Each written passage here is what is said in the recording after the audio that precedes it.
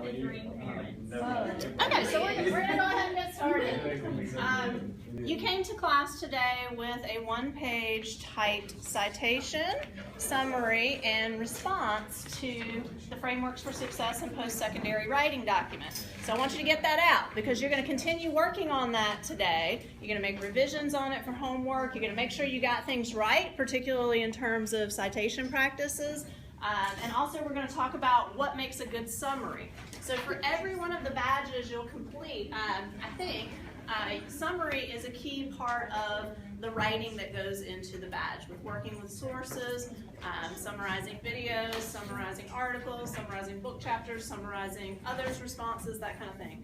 And it's also a common writing move that you'll see across the university in multiple classes, not just in English. Summary is something that it's a kind of academic writing move that you'll use quite a bit. So we want to make sure that you are doing it well, and there's some key things to keep in mind, which we'll go over in a little while. So as I'm talking, you'll want to keep referring to what you've already written because you're going to be required to revise, right, to make sure that you've got the key elements of summary in over the weekend. So this sort of approach is like, I threw something at you, right? I'm like, cite this thing, use some resources. I want you to do your best, right? I wanted you to give it a shot. I wanted you to play with it and see if you could come up with a good citation, either MLA or APA. And I want you to read about summarizing and do your best to summarize. So now we're going to work on that with an eye towards revision. All right, any questions about the summary response document? Awesome. Did you want us to turn it in? I don't want you to turn it in. I want you to have it out working on it, either electronically, physically, with pen, either way, as we cover things today, because you're going to be required to revise it based on what we talk about today. Okay? Oh, so you're not looking at it or taking it up or anything? Not right now, no. It's eventually going to go in your larger paper. Right? Okay. Yeah. So you are writing about the frameworks for success in post-secondary writing. In order to write about something for an audience, you've got to be able to tell them what it is, right? Because you might assume that your audience hasn't read this before. So this summary will eventually be integrated into your group's collaborative essay. So part of the homework for the weekend is you're all going to take your individual summaries together and you're going to kind of mash them together into one really strong summary. But I want each of you to have some individual practice and to have a nice example, a nice document to take into your group work. Okay, so that's where we're going with it. Yep. Even after we mash them together, are they going to remain a page long? Or? Well, you have a summary and a response that's a page long. The summary, I'm assuming, is only about a paragraph or so. Yeah. So we're going to focus just on that summary part today and on the citation as well. All right, so another thing, before we get there though, I asked you guys as a group to come up with 25 or so commonplaces about good writing. So you had a little prezi about what a commonplace is. So a commonplace is something that a group of people believes to be true just because they do, right? Not necessarily because there's research or evidence to support it. Sometimes we call these things myths, commonplaces, common knowledge.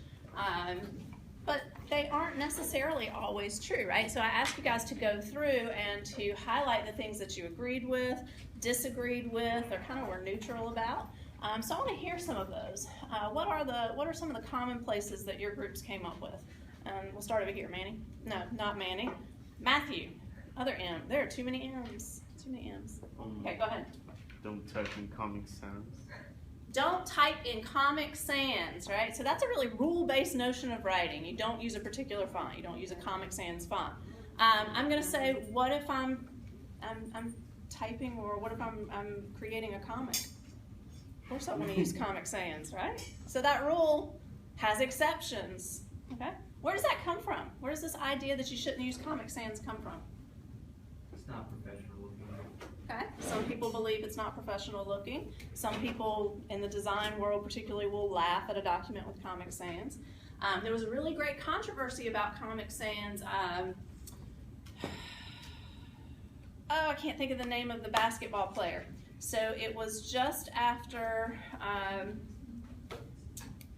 the young man in New York was killed by police officers, suffocated by police officers last year. And everybody was hashtagging and writing, or not everybody, but groups of people were hashtagging and writing about Can't breathe. You guys remember this? Right? So one famous basketball player, and his name is slipping my mind now, had shirts printed and wore a shirt that said "Can't breathe," and it was in Comic Sans. And he got a lot of flack, like nobody will take your message seriously because it's in Comic Sans. And then there were a lot of people that came to his defense and said no, that there were particular reasons to use that font. And they talked about how using that font sort of made a parody out of the situation in some ways. And it was just really interesting controversy that went on in online circles for like a week or so, just about that particular font. So there's one thing, that you should use particular font types for particular purposes, is something that people believe about writing. This group. You talking about 25? Yeah, name one of the commonplaces. Well, I'm not longer than there. We said one of them was, you can't ever have too many rough drafts to get the final copy. Okay. Can't have too many rough drafts. Drafting is important. And where does that information come from? That came from Mrs. Snyder. She was my English teacher, and like, I don't remember whether it was 10th or 11th grade, but like I remember we were writing a paper, and I was like struggling, and I felt like I kept writing the same thing over and over and again. And she was like, you know what, like until you get what you want, that's what you have to do. Okay. Kind of thing. Interesting. So that came from an English teacher, a professional in the field. Yeah. So that might be sort of a different kind of knowledge than other knowledges are, right? It Yeah. may or may not align more closely with what you read in the Habits of Mind. So that's kind of where we're going, is to see where these commonplaces that we sort of believe about writing, where they're borne out with research and disciplinary expertise, and where they're maybe not. So how about this group? Always create an outline or map before writing. Always create an outline or a map before writing. Who told you this? High school English teacher. Anybody else heard this one? I'm going to tell you, I almost never do that. Very successful writer in multiple ways. I actually find much more value in what I call backwards outlining. So I write a draft that's just full of everything I can think of to say, almost like a free write, like get it all down. I call that a down draft. And then I go back and I try to outline what I have. I go, okay, well, what's here? And how do I put it in some sort of order that's going to make sense and it's going to achieve my purpose, right? So that's a backwards outline technique, and that's almost the only outlining technique I ever use. Anytime a teacher will require me to do like a formal outline with Roman numerals, that sort of thing, I faked it. I wrote the thing first and then I went back and did that. So that is something that we're taught, is not something that all writers necessarily use. Yeah, Clay. I said, let's see, never use text language or slang when writing, write clearly. Okay, never use slang or text language when writing. I'm going to text somebody probably right after this class, and I'm definitely going to use text language unless Apple No, I mean like autocorrects when you're it. writing, like when you're writing essays and stuff like that. Don't, Oh, when you're don't writing put, like, essays, LOL okay. in your essays. Interesting. What if you're writing about social media, and you're, as I do, and you're writing about people's comments? So one of the major articles I'm working on Well, right then you now. might quote what they're saying, but you're not going to actually write, oh my god, it's such a weird thing, LOL, like, you're be serious, you know? Okay, so it's okay to quote that kind of language. Yeah. But you want to use a different tone for academic purposes. Yeah. Okay, and where does that information come from? My mom. Your mom, awesome. Awesome. So has she seen evidence of that really bothers her? Is that okay? From you or from other people? I'm sorry? From you or from others? Others. Others, okay. Yeah, Matthew. Well, Not Matthew. Hey, Matthew. This is Matthew. You're Tyreek. There you go. Yes. Well, like one thing that I've seen is like in some like younger literature or teen literature that's been written in recent years, they kind of started using some of that text slang or something in their writing because it's more appealing to the teens. So Absolutely. In fanfic communities, that's a very common practice when young people write for each other to use that lingo. It doesn't necessarily always translate well into academic spaces, but there are very particular reasons that some people choose to do it. Next group. Never use run-on sentences. Never use run-on sentences. And who told you this? My English teacher, Miss Carnegie. Your English teacher, Miss Carnegie. Okay, do you guys agree with that, disagree with it? Or? you ever read stream of consciousness style writing? It's nothing but run-on sentences. And there are many published examples of that.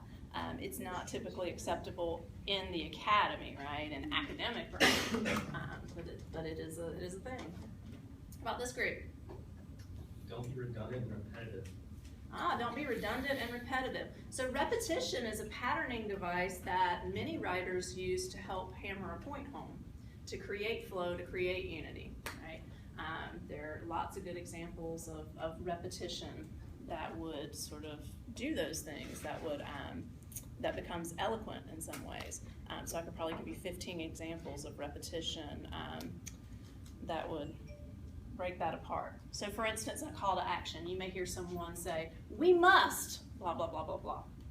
We must, blah, blah, blah, blah, blah, right? We must, and keep repeating a certain phrase that's gonna drive home sort of the point and drive home the necessity for the audience to do something. So where does that come from? That's something that like my mother taught me. Okay. But also throughout the years with English teachers that I've had, they're kind of like you're trying to grab an audience's attention. You're trying to keep them interested and make them want to read what you have. And if all you're doing is reiterating the point over and over and over again, then they lose interest and then they'll put down your paper. Mm-hmm.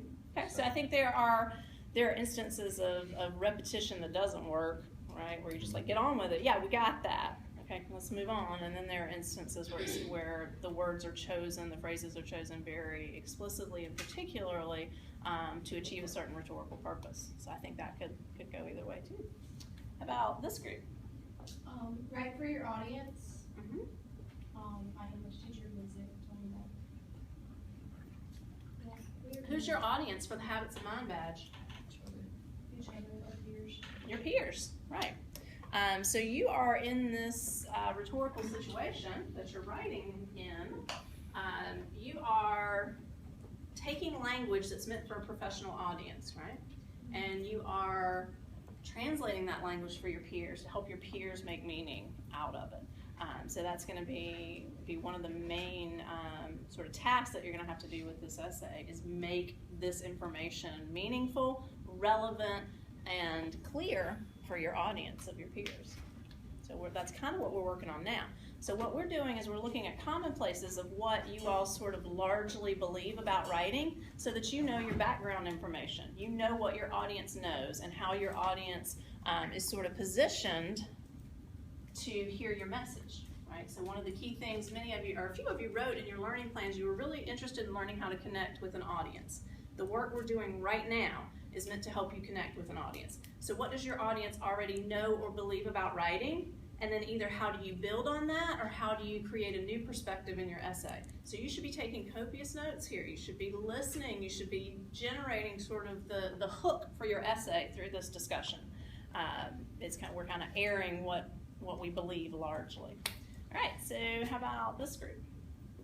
I think we did it wrong, but we were kind of coming up with things like as we went, as you like said what the right thing was. But one of the things that I thought of was like minimize to be verbs. Minimize to be verbs. Switching the sentence around and Okay, so like I am, Yeah. she was. or be. Okay, so that would be about sentence variety. Yeah. Right. Okay. And that depends. Some styles of writing, very much like passive constructions, documentation and reporting will often use passive constructions, and those kinds of redundancies are not a problem. In the humanities, we typically tell you to avoid them. Right? So there's almost always an exception to any of these sort of rules. How about this group? How are you guys? How are you? It's just us two and then Tess. And Tess, who's not here. Okay. One of them was like always have like someone read over your work. Okay. Always get feedback on your work. And who? That was just from my English teacher. From your English teacher. Okay. So it sounds like there's a lot of sort of disciplinary knowledge, right? People working in the discipline of English studies and writing who have told you a lot of this or helped you understand a lot of this. Are there things that you disagree with? Are there things that you go, well, you know what, that's just not true? People say that, that's not true at all. I don't believe it. When I was reading through the article that we had to annotate, there was one section in there where it said writing is not formulaic. I kind of disagree with that, especially in accordance to research papers. I believe there's a formula to write a research paper, and it should generally be followed. Interesting. Because there's research in humanities, there's research in social science, there's research in hard sciences, physical sciences. Those research reports look vastly different. Yeah, but across I think there's disciplines. like a formula to each one. Maybe not one broad formula overall, but I mean generally, like there's a formula to write a science lab paper, there's a formula to write a history paper. I think it's the use of the word formula that I'm reacting against. There are conventions of the genre that are expected, right? There are things that people expect in different disciplines for particular genres. If it were formulaic, however, you would just plug in information and it would all go in the right spot, and there would kind of be a right answer, right? So formulaic kind of, to me, indicates that creativity is not there. Okay. I see what you're saying. Yeah, so I think it's just the word choice there, but I think you're right. There are expectations that particular audiences have in particular contexts, yeah. And you want to make sure you're meeting those expectations. So not writing in Comic Sans for your, your research, academic research essay.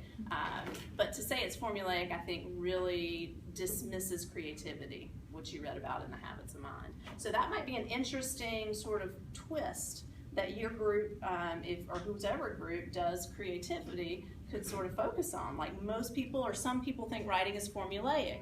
However, right, and then you make the argument, creativity changes that in these ways. So that's the kind of work we're doing right now. So your wheels should be turning as we're talking about these things, like, how do these challenge what I read in the frameworks for success? How do these commonalities or this common knowledge, how is it different from or similar to what I read? What else did you disagree with?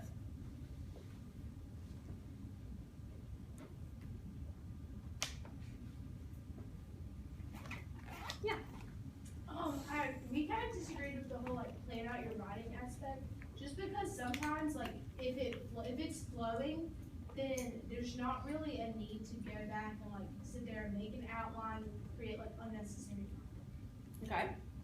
Okay. Sometimes if you just have the ideas in your head and you put them down, then you can go back and revise. Okay. So not necessarily starting with a very terse or concise outline, Yes. Starting very broadly with all the ideas, and then that's kind of what I was saying with the backwards outlining. Yeah.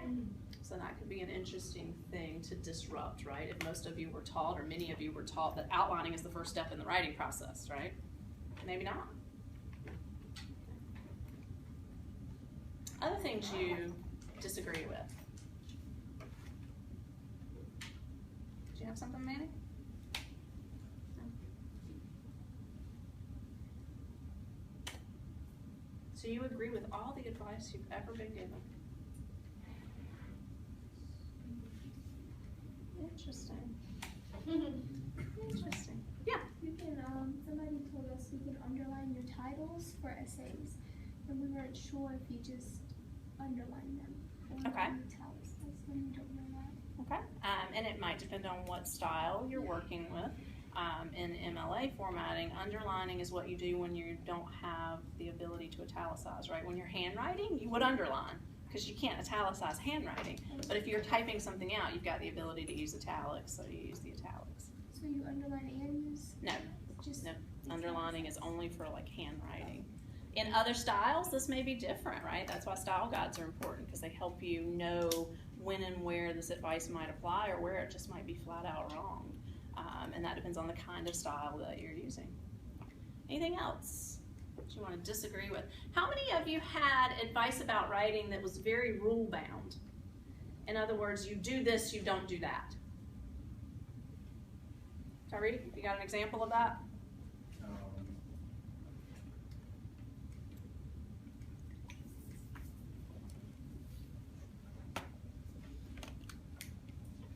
Anybody else while Tariq's looking? Yeah. It's in high school they always did a 5-paragraph essay, blah, blah, blah, like that crap. And I don't like it now because I just rather start typing and just put it out and not be oh well, this has to be this paragraph, and they're you have to have 8 to 10 sentences. Well, I mean, sometimes you have a paragraph that it has to be a paragraph, but you don't have 10 sentences to write about. So I don't really like that. So the 5-paragraph essay, how many of you are familiar with this? Okay. Awesome. It's training wheels for writing is what that is. It's training wheels to help you think through. So part of the reason that many teachers will require 8 to 10 sentences is they want to push you to say more, to support your claim, to support your idea, right? The more sophisticated you get, the more your sentences might be combined, joined. You may have 4 long, complex compound sentences, right? So those rules are meant for baby training wheels that should have fallen off in about middle school. Because I'm going to tell you, in college and in this course, a 5-paragraph essay is not nearly as sophisticated enough to get at the complex ideas you're going to be communicating, right? You're going to need new forms and you're going to need new ways to structure information that is not so simplistic. So I see a lot of hands going up now. I think I've sparked something. I'll go. I think yours has been up, Molly. I just was going to talk about kind of what Grace was talking about with the 5-paragraph essay. All through high school up until 11, my junior year, we had to write like the 5-paragraph structured essay, but last year it was like a college type course that I took, and she was like, okay, I'm not going to give you a prompt, you're going to read this, and then you're going to write. And so it really was hard for me to kind of transition, and so even now it's hard for me to write that way. So I'm hoping, like, she didn't even give us like rules or anything to follow, just like write an essay. And so I'm hoping through this badge that I'm going to learn how to kind of go off of just write, like read and just write about it, not like the 5-paragraph, because I'm still doing that and it's hard for me. Yeah, so many of you may be experiencing the same thing. Like, what do I do? If the 5-paragraph's not going to cut it, now what, right? So I want you to think through audience interest. So the reason we're doing these commonplaces and the reason you're hearing each other talk about this is so that you can connect with audience interest, background, and knowledge, right? So you may start your essay with something like, many of you are familiar with the 5-paragraph essay. You've been taught to do X, Y, and Z to produce blah, blah, blah. However, right, the frameworks of mind focuses on, so that kind of transition can help you hook the reader, can help you connect immediately with your audience. Yeah. Oh, actually, I have 2 comments. One, my English teacher last year told me that when writing, like we had read a massive paper that we had to turn into IB, but anyways, he told us that your periods should not line up in your paragraph. Like you shouldn't have one line of sentence, one line of sentence, one line of sentence. They should be like placed throughout, so your sentences are varying in the different lengths and the different complexities of it within the paper. That's an interesting, I've never heard that particular advice, but I can't imagine any one of my paragraphs where the periods would line up, right? Because I use complex and varied sentence structures. Exactly, yeah, because we had some people in my class that like, the periods like were lining up and their sentences weren't quite as complex as they needed to be to like pass the paper. So he told them, make sure your periods never line up. Yeah, so the Grammar Ninja badge is about using Legos to see that. And that's one of the activities in the Grammar Ninja badge is you use Legos to see, are all your blue Legos lining up, sort of the same idea. But yeah, that might be a useful way to think through sentence variety. Yeah. How my English teacher taught us for like arguments in like papers. It's like we had to use the point, example, explain, like. Point, example, explain.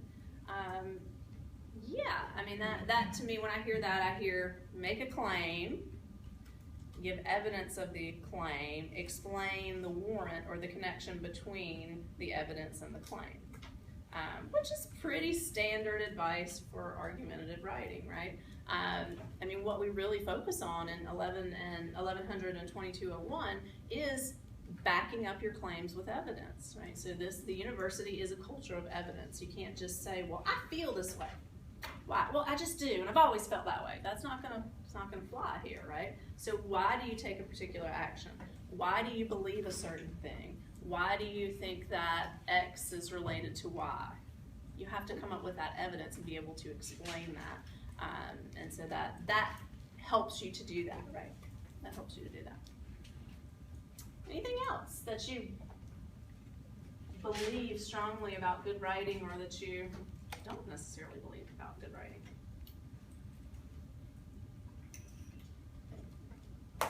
Yes? I was always told like a really big thing is to make sure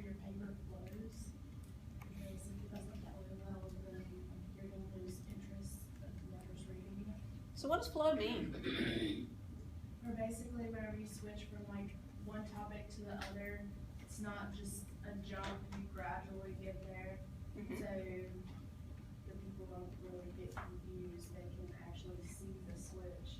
So would you say transitions are a part of making unity in the essay? Yeah. Okay, so I'm gonna say in MLA, that tends to hold true in MLA style. In APA style, you'll have an abrupt end and a new section header and move on to something else. And that's very common in APA style writing. So again, what style are you writing in? Who's your audience? What's the expectation? Yeah. I had an English teacher that told us to put our paragraphs in order from like least to most important, so that as they go through the paper, it gets more and more like interesting and in depth, and the conclusions has more meaning.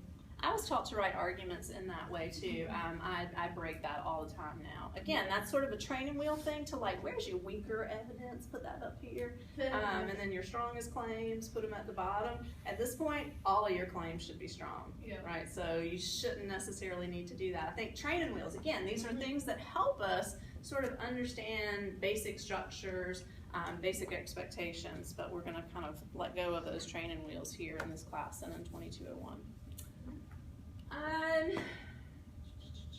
So, now I'm curious as to, maybe I want to stop the video though and start a new